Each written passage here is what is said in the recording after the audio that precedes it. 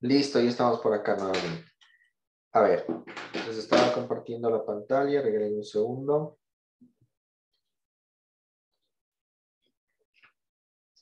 Muy bien.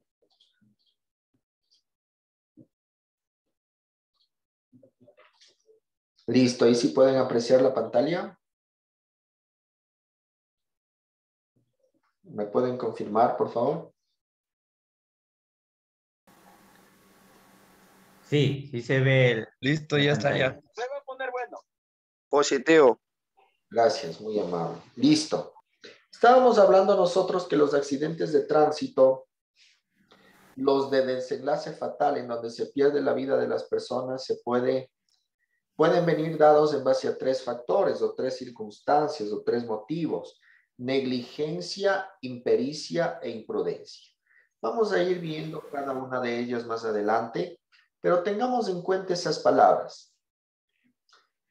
La sanción para el causante de un accidente de tránsito, sea por negligencia, impericia o imprudencia, es una sanción muy severa. La prisión oscila entre los 3 y 5 años de prisión. La licencia será retirada en igual tiempo. La multa será de 20 remuneraciones básicas unificadas del trabajador. Y bueno, todos los gastos administrativos y legales que eso conlleva, ¿no? Que en realidad es un problema. Dentro de la muerte o de un accidente de tránsito existe dos características importantes que debemos reconocer: el homicidio culposo y el homicidio doloso. Porque a la final, cuando existe la muerte de una persona, a la final es un homicidio, ¿verdad? Entonces, el homicidio culposo se trata de privar la vida a una persona por incumplir con un deber jurídico que la profesión o las circunstancias le imponían, pero sin intención de causar daño. El homicidio culposo, cuando yo quito la vida a alguien, pero sin intención, ¿verdad?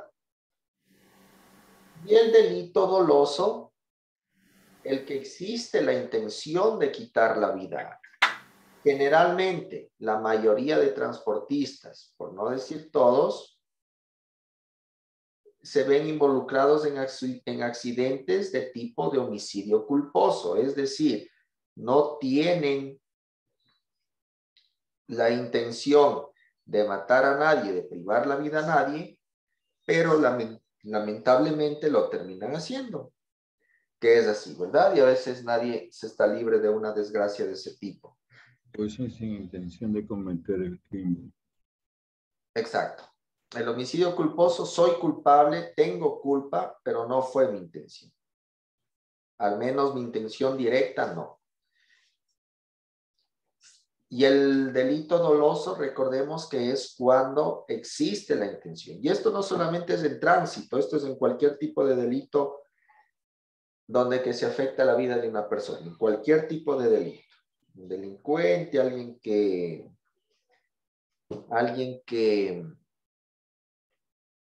hiere a alguien, dispara a alguien, etcétera, no tiene la intención de hacerlo, es parte de un delito culposo. Y el delito doloso cuando sí lo queremos decir. Muy bien. Existen ciertas características o ciertos elementos en la parte legal, como por ejemplo un bien jurídico. El bien jurídico nos dice que la ley de tránsito trata de proteger de un accidente a la vida humana, es decir, a la persona. Cuando un individuo, conductor o peatón, ocasiona la muerte de una persona en un accidente de tránsito, está lesionando el bien jurídico. ¿Por qué? Porque la vida humana es un derecho universal que todos tenemos. El bien jurídico protegido, es decir, que la normativa protege obligatoriamente y nadie puede rehuir de aquello, es el atentado contra la vida. Si es que nosotros o cualquiera nos vemos involucrado en privar de la vida a un ser humano, automáticamente el bien jurídico protegido actúa mediante la ley. Los elementos que existen en eso. Primero tenemos el bien jurídico protegido, que es la vida de la persona. Luego, ¿cuáles son los elementos que existen? Existen los elementos objetivos y los elementos subjetivos. Los elementos objetivos es lo que nosotros podemos controlar, ¿no? Viene de la palabra objetivo, que podemos controlar, podemos ver, podemos palpar, podemos medir, podemos probar. Perfecto. Y el elemento subjetivo es lo que nosotros asumimos, pensamos, aducimos, intuimos que pasó. ¿Verdad? Son los tipos de elementos. Y vamos a leer cuáles son los elementos objetivos. Ayúdeme, por favor. ¿Quién me puede ayudar con la lectura de elementos objetivos? ¿Alguien? Buenas noches. Buenas noches. Elementos objetivos. Le leo. Existen varias teorías sobre los elementos objetivos del homicidio culposo en general, lo que hace muy difícil su interpretación.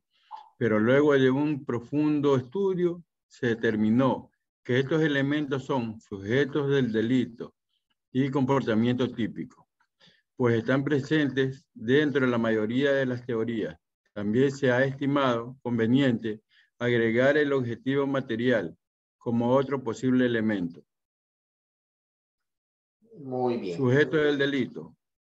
Como es todo tipo penal existente, dos clases de sujetos, estos son sujetos activos, persona física o natural, individuo humano, quien delinque, o en otras palabras, el que ejecuta el hecho o realiza la acción.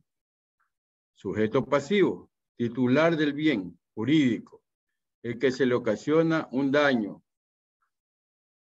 o lesiona como consecuencia de la comisión del delito. Se le conoce también como víctima.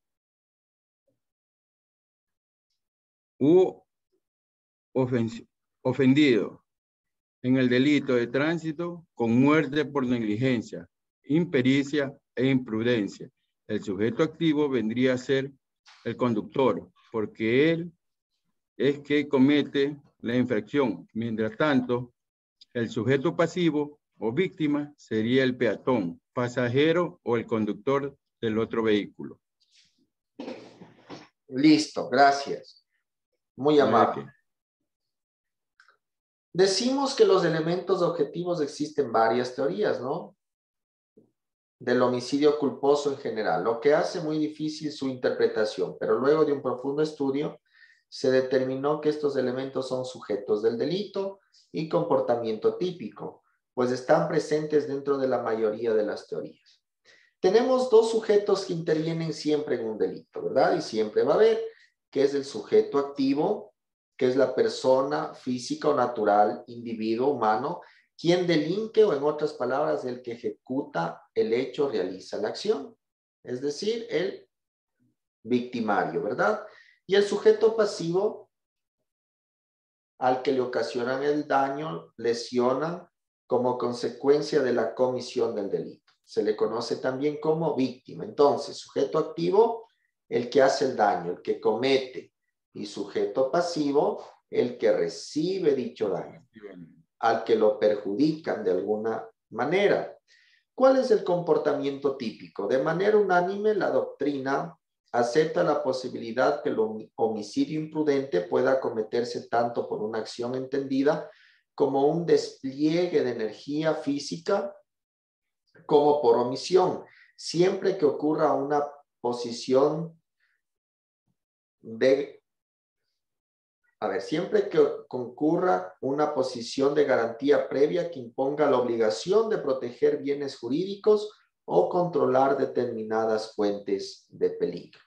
Todo delito culposo y más aún el homicidio imprudente requiere que el autor haya infringido un deber objetivo de cuidado, sin el cual sería inútil preguntarse por la responsabilidad penal.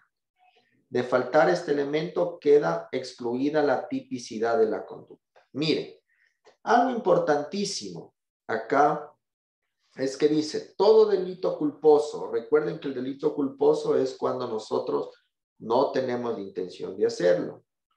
Y más aún si es un homicidio imprudente. Requiere siempre que el autor, es decir, que el victimario, haya infringido un deber objetivo de cuidado. Pero si es que él no ha infringido en eso, no podría haber responsabilidad penal. Entonces, en algunos casos, en ciertos casos, existen formas o maneras en las cuales el conductor puede salir bien librado de este tipo de situaciones o accidentes. En la mayoría no. En la mayoría siempre la ley va a proteger al que se encuentra en estado de vulnerabilidad. Por ejemplo, si yo estoy en vehículo y una persona está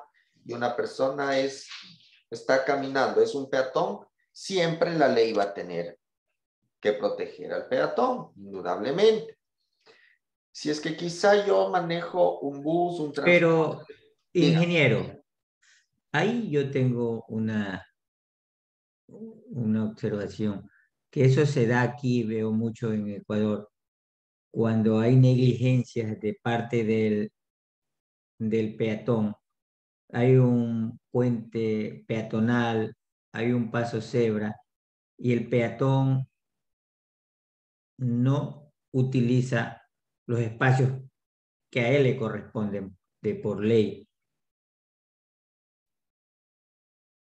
¿Por qué se da esos casos que casi siempre le dan la razón al que está, en este caso está infringiendo la ley, pues, el peatón? Gracias. Perfecto, así es. Generalmente todos nos encontramos con ese dilema, ¿verdad? Porque a veces nosotros estamos conduciendo, somos conductores y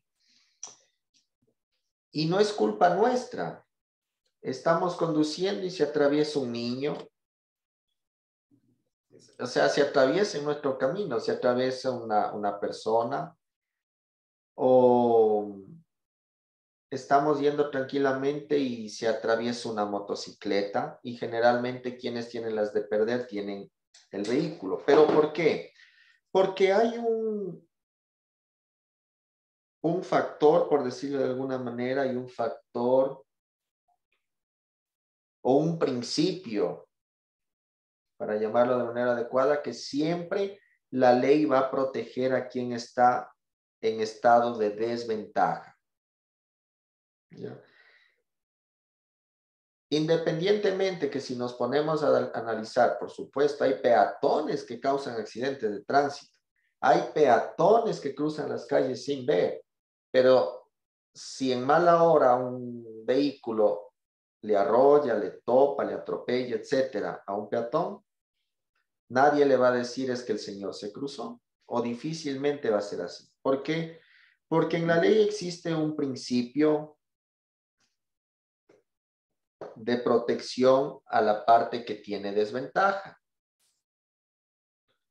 Entonces, siempre las personas en desventaja o quienes se encuentren en desventaja van a tener las posibilidades de que la justicia falle al favor de ellos. Por ejemplo, como les decía, si una persona está en un vehículo y le atropella a alguien, donde sea, como sea, cuál haya sido la naturaleza de este accidente, en la mayoría de casos,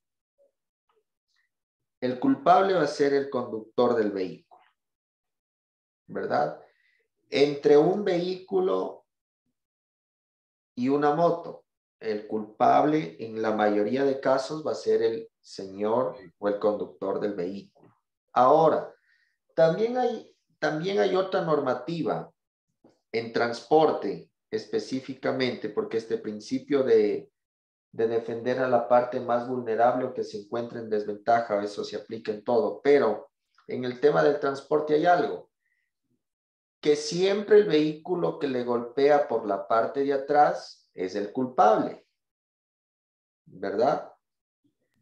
El vehículo que le golpeó por la parte de atrás, él tiene la culpa, aunque el de adelante haya frenado sorpresivamente, no haya puesto direccionales, lo que sea. Siempre el vehículo de adelante, perdón, el vehículo de atrás tiene la culpa. Claro, ahí Ahí sí cambia la cosa porque, por ejemplo, eso se da, pero porque hay una negligencia de parte del conductor que va valga la redundancia, en la parte posterior, porque no ha conservado la distancia necesaria, ¿no? Y lo choca por alcance. Pero en el caso de los peatones, yo tengo mis observaciones siempre porque he visto cosas muy... Una vez vi un peatón que se saltó un muro aquí en Guayaquil, se pasó en la avenida perimetral, se saltó el muro y a lo que saltó, cayó sobre el otro lado de la avenida y un carro lo impactó, lo chocó, lo atropelló. Y el puente estaba ahí, le estaba pasándose bajo el puente peatonal.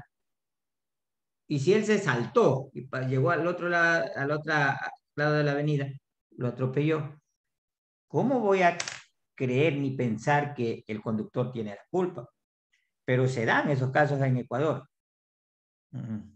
Perfecto, gracias, así es. Bueno, empezando por el tema de los golpes de la parte de atrás, en la mayoría de casos sí, los choques son por alcance, pero existen también circunstancias. Si usted es un conductor que está yendo por la parte de adelante y se estaciona sin luz de parqueo, ahí se podría considerar que no toda la culpa tiene el conductor de la parte de atrás, al menos la responsabilidad podría ser dividida, o no pone direccional, o realiza maniobras un poco bruscas, ¿no? Entonces también es debatible esa parte. Y lo otro sí, yo comparto plenamente, aunque la ley hasta cierto punto, la ley de tránsito sí, también el peatón que cause un accidente de tránsito será multado, etcétera. Sí, pero ya en la parte penal, en la parte civil, al momento de juzgar a alguien,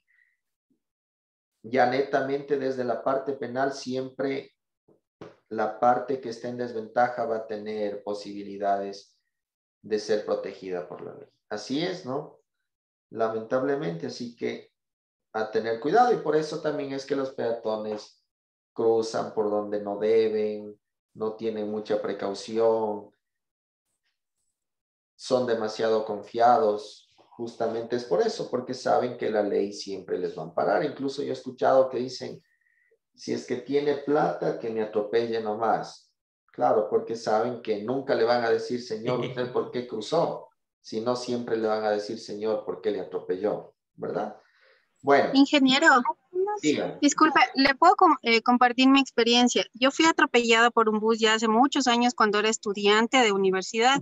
Sí, había un puente peatonal y había un semáforo. Yo crucé por el semáforo, estaba en una vereda donde no podían virar en U y el bus viró en U y a mí no me amparó la ley. Me dijeron, no, había un puente peatonal y usted cruzó, a pesar que cruzaba con el semáforo y no podía virar en U, ampararon al conductor y no a mí. Entonces, no siempre la ley se aplica así al más desamparado. Claro. Sí, como en todo. Y al momento de, bueno, parece que no fue acá en este curso, en el otro. Y al momento de empezar la clase siempre decía, nosotros no podemos generalizar, ni tampoco totalizar, ¿verdad? Siempre hay excepciones, en todo aspecto, en toda circunstancia de la vida, y estoy en el tema incluso fuera de la parte educativa, en todo hay excepciones. Y sí, puede darse esos casos, por supuesto, pero en la mayoría de casos o la tendencia siempre va a ser proteger al peatón. Comparto con usted también. Seguimos entonces. Muy bien. Vamos a entender un poco qué es la culpa, qué es la consumación, qué es el resultado. Ayúdenos, por favor, leyendo. ¿Alguien me puede ayudar leyendo qué es la culpa?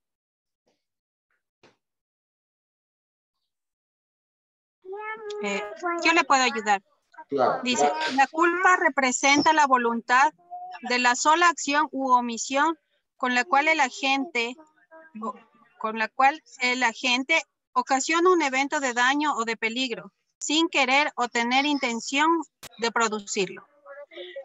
Para determinar la infracción al deber del cuidado, manifiesta el tratadista colombiano Fernando Velázquez, debe partirse no solo del cuidado que hubiese puesto un hombre consciente y prudente en la misma situación vivida por el agente, sino además de las capacidades y conocimientos del autor en concreto.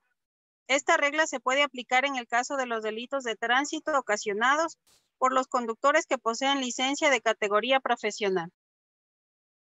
Gracias, muy amable. Acá algo que destacar y que entenderlo y que tener también mucho cuidado, ¿no? La culpa representa la voluntad de la sola acción u omisión con la cual el agente ocasiona un evento de daño. No solamente si es que yo hice, puedo ser culpable, no solamente con la acción, sino también con la omisión. Es decir, quizá yo no hice algo y eso desató un incidente o un accidente, también puedo ser culpable. Es decir, puedo ser culpable por hacer algo o puedo ser culpable también por no hacerlo. Y ya veremos en la parte de abajo, esto viene ligado mucho a lo que es la impericia, la negligencia y demás. La consumación. ¿Quién me puede ayudar leyendo, por favor, la consumación? Buenas noches. Voy a siga. Ya, consumación. El homicidio culposo de tránsito se consuma con la muerte de la persona.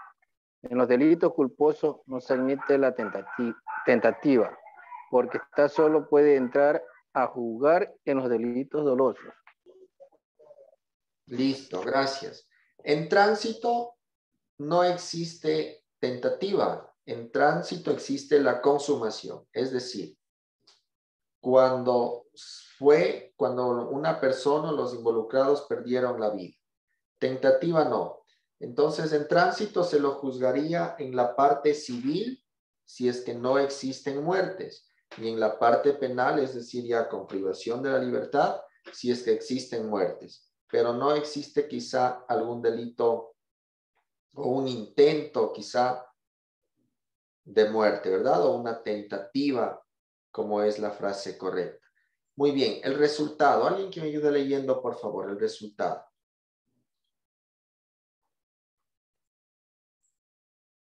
Resultado. ¿Nadie? Está en su WhatsApp. Se le fue la lectura. Ya, ahí volvió, ahí volvió. El resultado. El resultado. El resultado. El resultado es el hecho de homicidio. Luego constituye la privación de la vida humana, el cesar de las facultades vitales de la persona contra quien ha sido dirigida la acción inactividad. Si la muerte no se produce como resultado, no habrá homicidio culposo. El resultado es esencial para se configure totalmente el injusto, es decir, se lesiona el bien jurídico de la vida. Muy bien, perfecto. El resultado en el hecho de homicidio lo constituye la privación de la vida. El cesar de las facultades vitales de la persona contra quien ha sido dirigida la acción o inactividad. Entonces está claro, ¿verdad? El resultado sería la pérdida de la vida de una persona. Clarito que viene de la mano con todo lo que hemos venido viendo, ¿verdad? Y como el tema nos decía, las infracciones de tránsito por muerte, negligencia o impericia o imprudencia. Seguimos entonces. Nexo de causalidad. ¿Qué es el nexo de causalidad? ¿Quién me puede ayudar leyendo, por favor?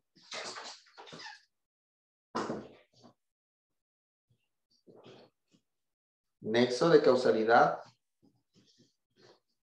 Nexo de causalidad. El nexo de causalidad en homicidio culposo de tránsito no es más que la conducta realizada. Actuar con negligencia, impericia e imprudencia. Y el resultado producido, o sea, la muerte, como consecuencia de esta. Gracias, muy amable. Entonces, acá nos dice el nexo de causalidad. Perfecto, el nexo de causalidad puede ser, o para entenderlo de mejor forma, la causa, ¿verdad? La causa de un delito culposo, que no es más que la conducta realizada por una persona, que puede actuar con negligencia, impericia e imprudencia. Cualquiera de esas tres. Seguimos, por favor, circunstancias. De conformidad con el artículo 127 de la Ley Orgánica de Transporte Terrestre, Tránsito y Seguridad Vial, el delito de tránsito con muerte por negligencia, impericia e imprudencia se produce con las siguientes circunstancias: negligencia, impericia, imprudencia, exceso de velocidad, conocimiento de las malas condiciones mecánicas del vehículo e inobservancia de la presente ley y su reglamento, regulaciones técnicas u órdenes legítimas de las autoridades o agentes de tránsito. Gracias, muy amable. La ley de tránsito sanciona drásticamente cuando un accidente es ocasionado por cualquiera de estas 6 características o circunstancias, como lo dice acá: por negligencia, por impericia, por imprudencia, por exceso de velocidad, por conocimiento de las malas condiciones mecánicas del vehículo e inobservancia de la presente ley de tránsito, regulaciones técnicas u órdenes legítimas de las autoridades o agentes de tránsito. Ahora sí, vamos a ir entendiendo un poco qué es la negligencia. ¿Quién me ayuda leyendo, por favor? ¿Qué es la negligencia?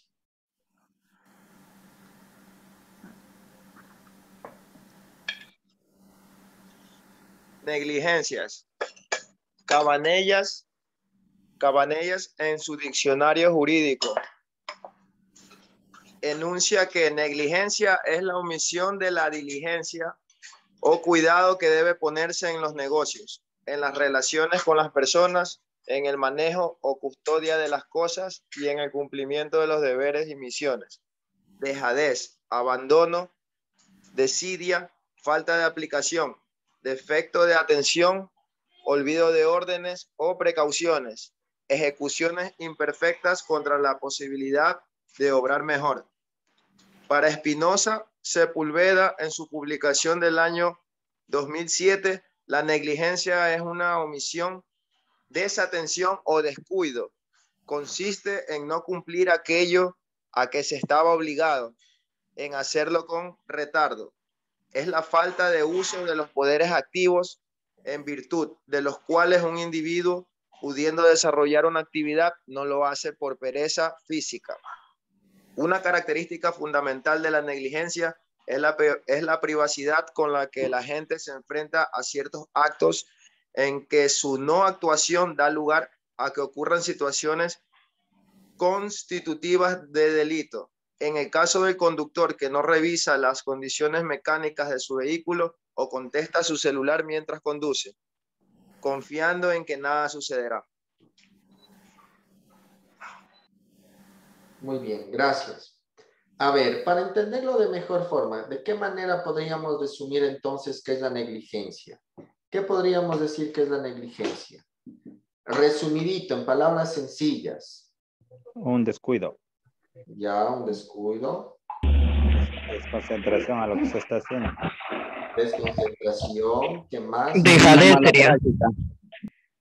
Dejadez también podría ser. Muy bien, dejadez. Sería una mala práctica. Una mala práctica, muy bien.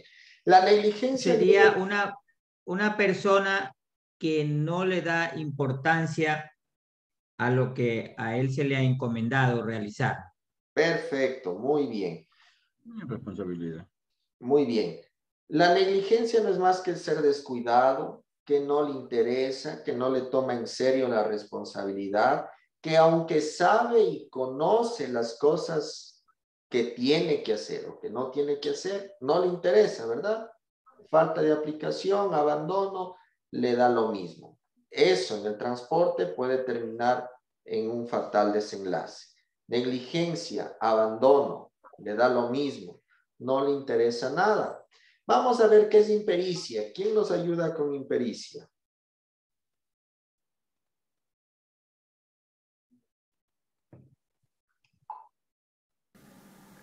El tratadista Alvarado en el año 2005 expresa que el desconocimiento total de la conducción de un vehículo a motor de tracción humana o tracción animal no reconocido por institución alguna como elemento profesional, impericia es la incapacidad técnica.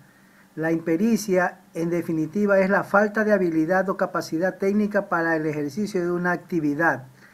En el tema de estudio de la conducción de un vehículo a motor, este tipo de culpa o circunstancia se presenta cuando una persona toma la conducción de un vehículo sin haber obtenido la licencia de conducir o lo hace con una de menor categoría o de tipo no autorizado para esta clase de vehículos. Muy bien. Impericia no sería más que el desconocimiento que nosotros tenemos para ejecutar algún tipo de acción, ¿verdad? No sé si estamos de acuerdo. O alguien Sí. tiene algún concepto, puede acotar algo. Impericia, el desconocimiento que nosotros tenemos para realizar algún tipo de acción. Recuerden que habíamos visto antes que la conducción no solamente es mover el vehículo, sino todo lo que eso implica, ¿verdad? Desde el cuidado del vehículo, desde el mantenimiento preventivo, desde las precauciones o las prevenciones que se tengan, hasta movilizar el vehículo. No solamente coger y transportar. Quizá coger y mover un vehículo lo pueden hacer muchas personas, lo pueden hacer muchos, lo podemos hacer muchos, pero la parte técnica es muy importante. Por ejemplo, en un vehículo de transporte pesado y en todo tipo de vehículo, siempre antes de encender el vehículo en la mañana, ¿qué tenemos que hacer? ¿Quién me dice? ¿O quién lo hace cuando va a encender el vehículo en la mañana para ir a su trabajo? O sea, Ver las llantas, tocarles las llantas. ya, tocar las llantas, ¿qué más puede ser? Se debe Revisar de... el nivel de agua. ¿Perdón? Ver si es que no hay ninguna fuga de aceite o gasolina o algo. Perfecto, muy bien. Ver si es que no hay fugas de aceite, de gasolina, líquidos de frenos, ¿verdad? Líquido de dirección. ¿Alguien más?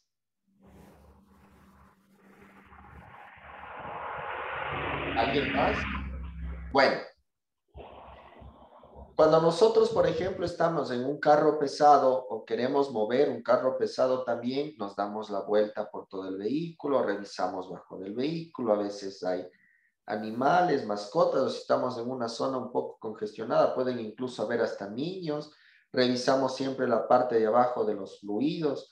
Uno de los fluidos que más hay que revisar es el líquido de frenos, que es importantísimo, ¿verdad?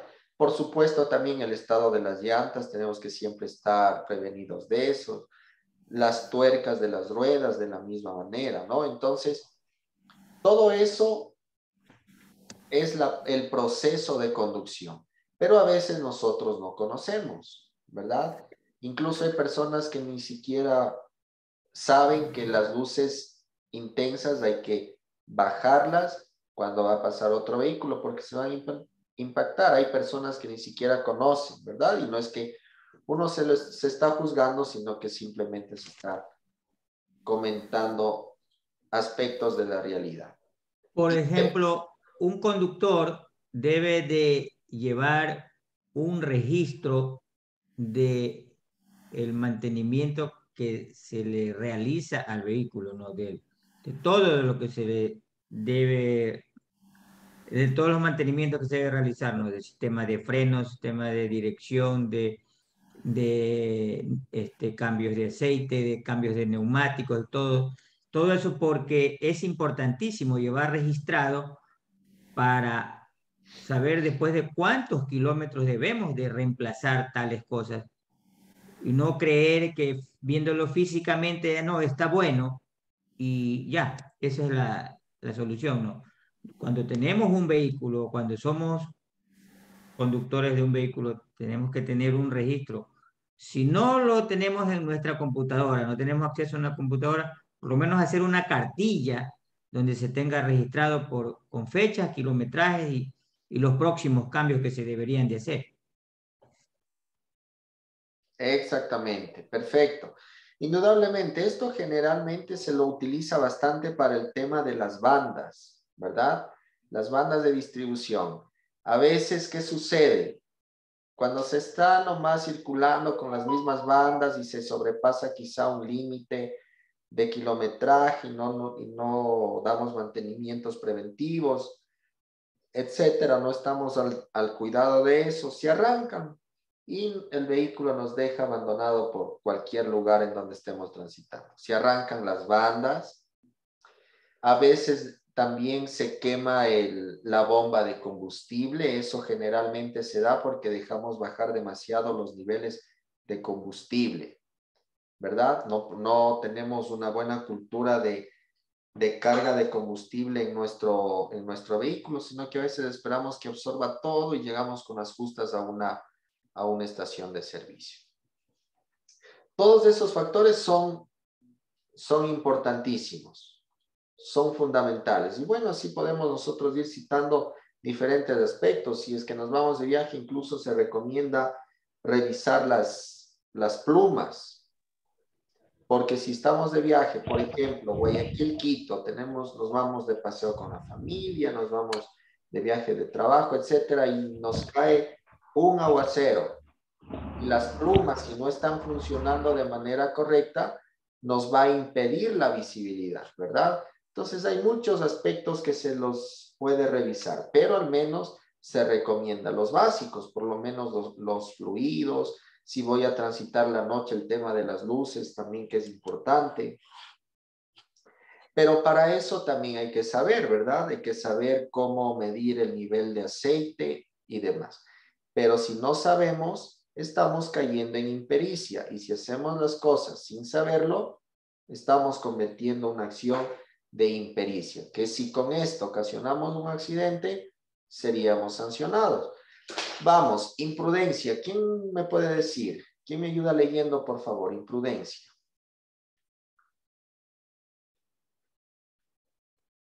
Imprudencia. El tratadista Alvarado en el año 2005 formula que imprudencia es la inadecuada conducta del conductor que no prevé el peligro y que sus actos irresponsables lo llevan a que cometa una serie de actos imprudentes que no reflejan su capacidad en el conocimiento de su profesión como conductor. El concepto de imprudencia exige una acción. Consiste en obrar sin cautela. En contradicción con la prudencia es la culpa por acción. Culpa in agendi. Aquí la ligereza del autor ya no es inofensiva como en la negligencia. Es una causa activa del peligro, por ejemplo. Un conductor pone en riesgo innecesario a los pasajeros cuando realiza maniobras peligrosas. Se embriaga o conduce a exceso de velocidad. Es decir, tiene extremada confianza en una situación de eminente peligro. Ya, muy bien, gracias. ¿Quién me puede resumir o darnos un concepto sin tanto tecnicismo sobre la imprudencia? Creo que es exceso de confianza. Ya, exceso de confianza. ¿Algún otro término? Falta de responsabilidad. Falta de responsabilidad, muy bien. No medir las consecuencias de nuestros actos también, ¿verdad? No medir las acciones o el peligro al cual nosotros estamos propensos, ¿no es cierto? Imprudencia, a veces aceleramos donde no debemos, A veces realizamos maniobras que no deberíamos. A veces abusamos del vehículo, de la carretera, de la calzada y no medimos las consecuencias o no pensamos que quizá se nos atraviesa un animal, que quizá por ahí está algún conductor desprevenido, etcétera, y puede causar un accidente, aunque nosotros tengamos la razón. Es decir, tenemos una conducta inadecuada en diferentes aspectos. A veces tenemos sentidos de competitividad también entre conductores y nos ponemos a competir en la vía, etcétera. Imprudencia, entonces, son las acciones no adecuadas que puede tener una persona y que no mide el riesgo o las consecuencias que puede traer. Muy bien, seguimos. Exceso de velocidad. Con esto vamos a ir finalizando la clase del día de hoy. ¿Qué nos dice? Exceso de velocidad. Tenemos acá la normativa, y esto es importante saberlo y aprendernos. La normativa de la velocidad acá en Ecuador, ¿cómo está regulada? ¿Quién me ayuda leyendo, por favor? Los vehículos livianos, ¿cuál es el rango o el límite de velocidad? Vehículos livianos. A. Dentro del perímetro urbano, 50 kilómetros por hora. B.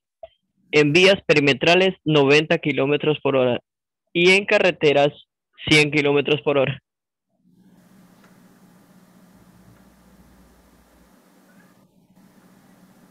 Seguimos, por favor. Seguimos. Tercero, vehículos de transporte de carga en carretera. A. Camiones pesados y combinaciones de camiones remolque. El límite de velocidad es de 70 kilómetros por hora. Vehículos que remolquen acoplados a otros automóviles, el límite de velocidad es de 50 kilómetros por hora.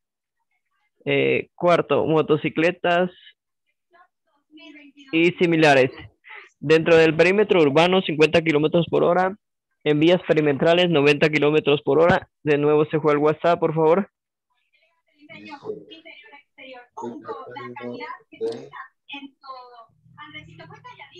Y ahora estamos en donde estábamos. Cuarto. A ver, vehículos que de remolque, ya leímos esto, motocicletas y similares. En vías perimetrales 90 kilómetros por hora y en carretera 100 kilómetros por hora. Según la doctrina del exceso de velocidad, está comprendida dentro de la inobservación de los reglamentos, la misma que es una de las formas de culpa en las acciones de tránsito. Listo. En los accidentes de tránsito. Muy bien. En los accidentes, perdón, sí. Gracias. Muy amable, Milton. Muy amable. Tener claro esto, creo que nos están recordando siempre y en algunas ocasiones hasta creo que hemos tenido que pagar sanciones o multas de tránsito. Los vehículos livianos dentro del perímetro urbano, 50 kilómetros por hora máximo. En las vías perimetrales, 90 kilómetros. En carretera, 100 kilómetros, ¿verdad? Los vehículos de transporte público y comercial de pasajeros en el perímetro urbano, 40 kilómetros por hora. En vías perimetrales, 70 kilómetros por hora y en carreteras, 90 kilómetros por hora. Los transportes de carga,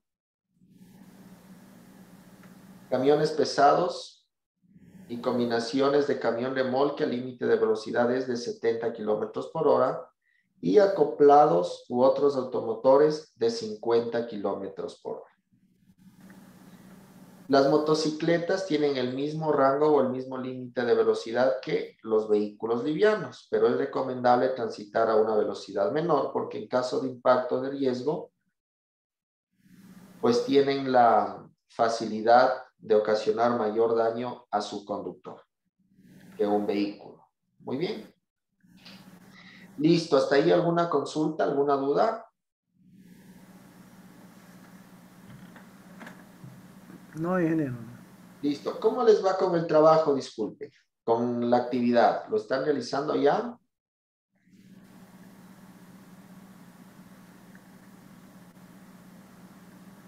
¿Alguien ya la realizó? ¿Alguien tiene algún problema en hacerlo?